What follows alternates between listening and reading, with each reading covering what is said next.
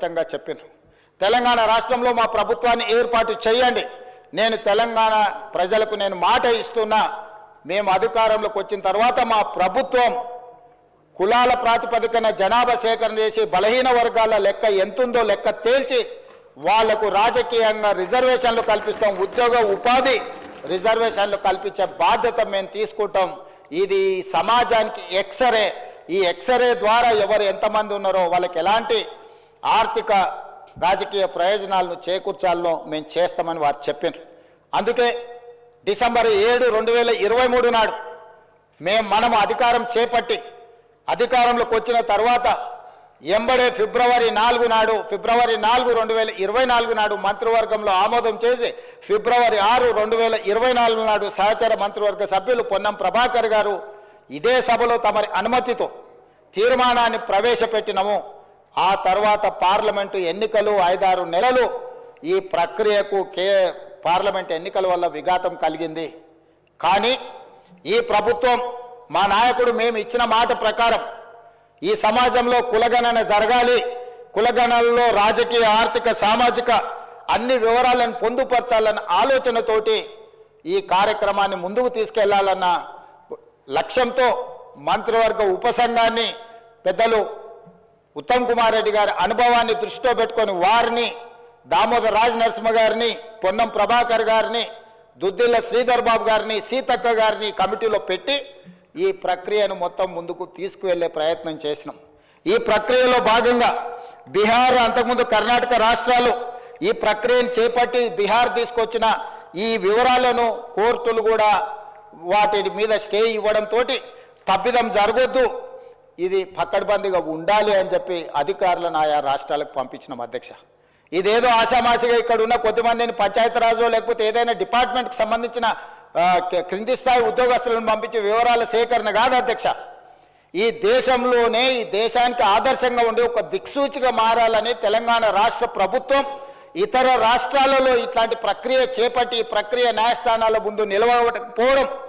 ఈ ప్రక్రియ వల్ల జరిగిన నష్టాన్ని అంచనా వేయడానికి కూడా ఇతర రాష్ట్రాలకు అధికారులను పంపించి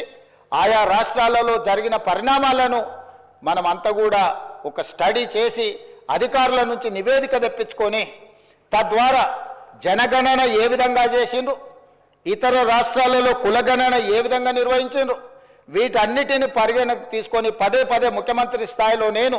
ప్లానింగ్ బోర్డు ఉప ముఖ్యమంత్రి గారు ఆర్థిక శాఖ కిందకు వస్తుంది వారు, అదేవిధంగా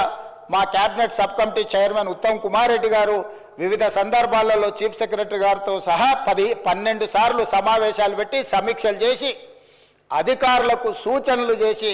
ఒక పక్కడ్బందీ ప్రణాళికతోటి ఏ విధంగా అయితే జనాభాను మనం లెక్కిస్తామో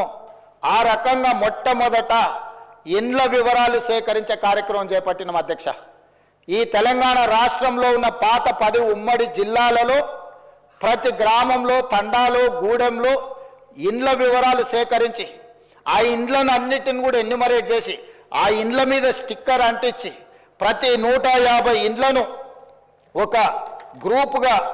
అంటే అధ్యక్ష మ్యాపింగ్ చేసి ఇట్లా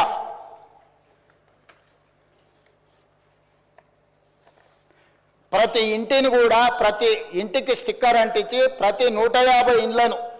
ఇట్లా మార్కింగ్ చేసి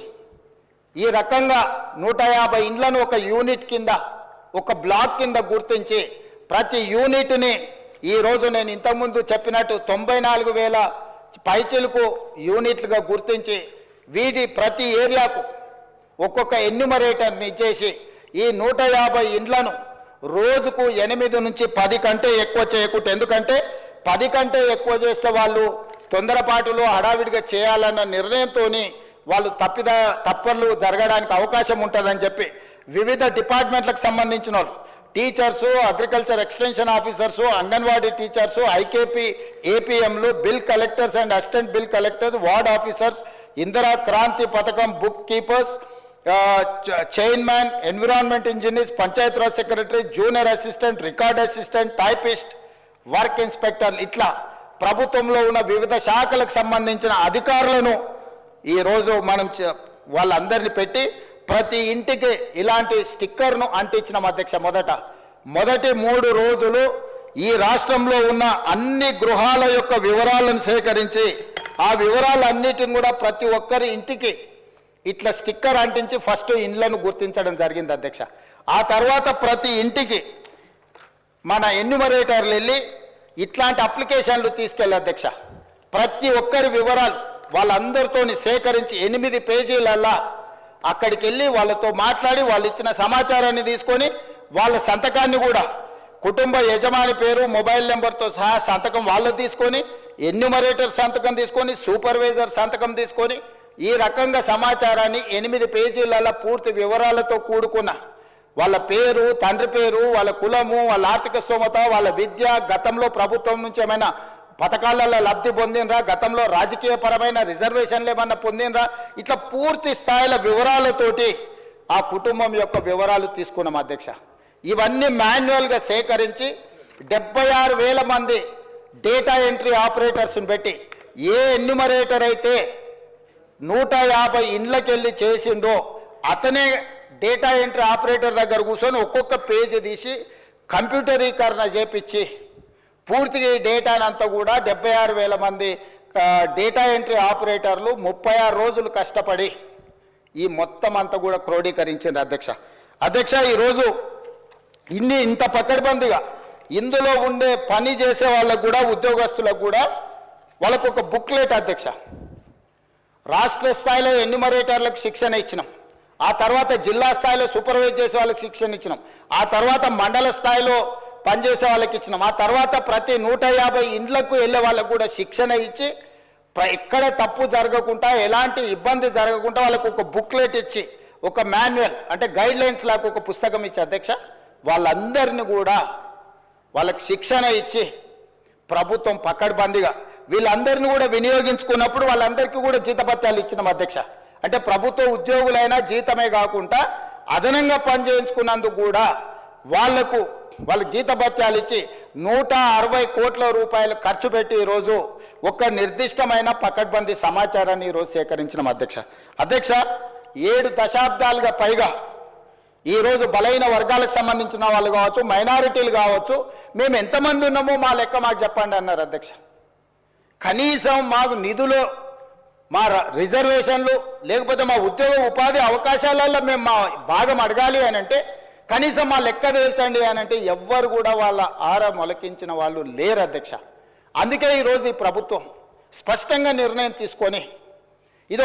ఒక చారిత్రాత్మకమైన నిర్ణయం, రేపు సమాజం యొక్క అభివృద్ధికి ఇది ఒక దిక్సూచిగా ఒక మోడల్ డాక్యుమెంట్గా మారుతుందని చెప్పి ఈరోజు ఒక పకడ్బందీ ప్రణాళికతో చర్య తీసుకున్నాం అధ్యక్ష. అందుకే ఈరోజు కమిషన్ ఇచ్చిన నివేదికను క్యాబినెట్ సబ్ కమిటీ స్వీకరించి ఈరోజు ఉదయం క్యాబినెట్లో దాన్ని చర్చ పెట్టి క్యాబినెట్లో ఆమోదింపజేసి ఈరోజు ఈ సభలో ప్రకటన చేస్తున్నాం అధ్యక్ష. ఎందుకంటే దీనికి పూర్తి స్థాయిలో చట్టబద్ధత కల్పించాలి. రేపటి నుండి ఈ నివేదిక రాష్ట్ర ప్రభుత్వం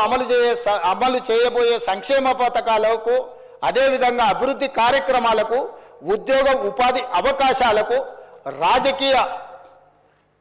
వాళ్ళ అవకాశాల కోసం ఈరోజు ఈ నివేదిక పనిచేయాలన్నది ప్రభుత్వం యొక్క లక్ష్యం అధ్యక్ష. అందుకే ఈరోజు 46.25% ఉన్న బీసీలు, ఏబిసిడి, అదేవిధంగా ఈ గ్రూప్లో ఉన్న ముస్లిం మైనారిటీ బీసీలు ఏదైతే 10.08 ఉందో మొత్తం 56% పైగా ఉన్న బీసీలందరికీ కూడా ఈ రాష్ట్రంలో సముచితమైన గౌరవము, స్థానము కల్పించాలన్న ఆలోచనతోటి ఈరోజు ఈ ప్రభుత్వం ఈ నిర్ణయం తీసుకొని ముందుకు వచ్చింది అధ్యక్ష. కాబట్టి సభలో సభ్యులందరినీ ప్రభుత్వం ఒక మంచి కార్యక్రమాన్ని తీసుకొచ్చి ప్రజలకు అందుబాటులో పెట్టినందుకు ఈరోజు అందరూ సభలో ఉన్న వాళ్ళందరూ కూడా ఈ ప్రభుత్వాన్ని రాజకీయాలకు అతీతంగా అభినందించాల్సిన అవసరం ఉన్నది. మంత్రివర్గ ఉపసంఘాన్ని, అదేవిధంగా అధికారులు, అదేవిధంగా సూపర్వైజ్ చేసిన వాళ్ళు, ఎన్యూమరేటర్లుగా పనిచేసిన వాళ్ళు రాత్రి మగళ్ళు కష్టపడి ఇది ఒక దిగ్విజయమైన కార్యక్రమంగా దేశానికే ఆదర్శంగా నిలబడే ఒక